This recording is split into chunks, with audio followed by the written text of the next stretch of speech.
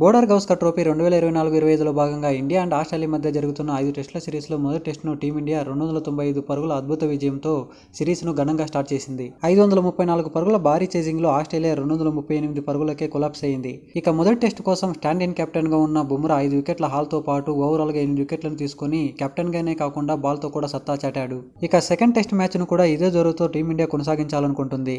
ఆడిలైడ్లో December 6 నుంచి day night match జరగనుంది. ఈ సిరీస్ టీమిండియాకు WTC ఫైనల్ చేరుకోవడానికి చాలా ఇంపార్టెంట్. ఇక వీళ్ళిద్దరి మధ్య టెస్టుల్లో హెడ్ టు హెడ్ స్టాట్ చూసుకున్నట్లయితే ఇప్పటి వరకు 108 మ్యాచ్లు జరగగా అందులో టీమిండియా 33 గెలిచింది అండ్ ఆస్ట్రేలియా 45 మ్యాచ్లు గెలిచింది. ఇక 29 మ్యాచ్లు డ్రాగా ముగిశాయి అండ్ ఒక మ్యాచ్ టై అయింది. ఇక తొలి టెస్టుకు వ్యక్తిగత కారణాలతో దూరమైన రోహిత్ శర్మ అండ్ గాయంతో బెంచ్కే పరిమితమైన శుభ్మాన్ గిల్ ఇద్దరు పింక్ బాల్ టెస్టుతో రీ ఎంట్రీ ఇవ్వనున్నారు. వీళ్ళిద్దరి రీ ఎంట్రీతో సెకండ్ టెస్టులో టీమిండియా తుది జట్టులో కొన్ని మార్పులు చేసుకునే అవకాశం ఉంది. తొలి టెస్టులో రోహిత్ శర్మ దూరం అవ్వడంతో ఓపెనర్గా ఆడిన కేఎల్ రాహుల్ సక్సెస్ అయ్యాడు. ఫస్ట్ టెస్ట్ సెకండ్ ఇన్నింగ్స్లో జైస్వాల్తో కలిసి ఏకంగా 201 పరుగుల పార్ట్నర్షిప్ను అందించాడు.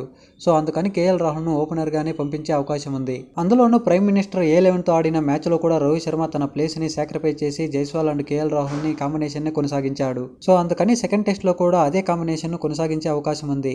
అప్పుడు రోహిత్ శర్మ 5వ స్థానంలో ఆడతాడు.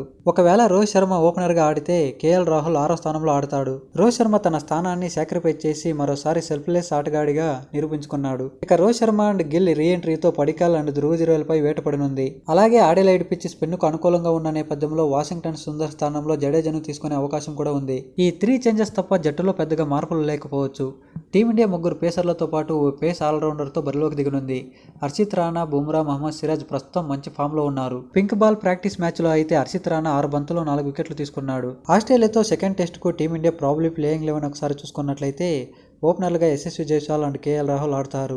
ఇక వన్డౌన్లో శుభ్మాన్ గిల్ ఆడతాడు. ఇక 4, 5, 6 స్థానాల్లో విరాట్ కోహ్లీ, రోహిత్ శర్మ అండ్ రిషబ్ పంత్ ఆడతారు. ఇక పేస్ ఆల్రౌండర్గా నితీష్ కుమార్ రెడ్డి ఆడనుండగా స్పిన్నర్గా వాషింగ్టన్ సుందర్ లేదా రవీంద్ర జడేజాలలో ఒకరు ఆడనున్నారు. ఇక పేసర్లుగా జస్ప్రీత్ బుమ్రా, హర్షిత్ రాణా అండ్ మహమ్మద్ సిరాజ్ ఆడనున్నారు.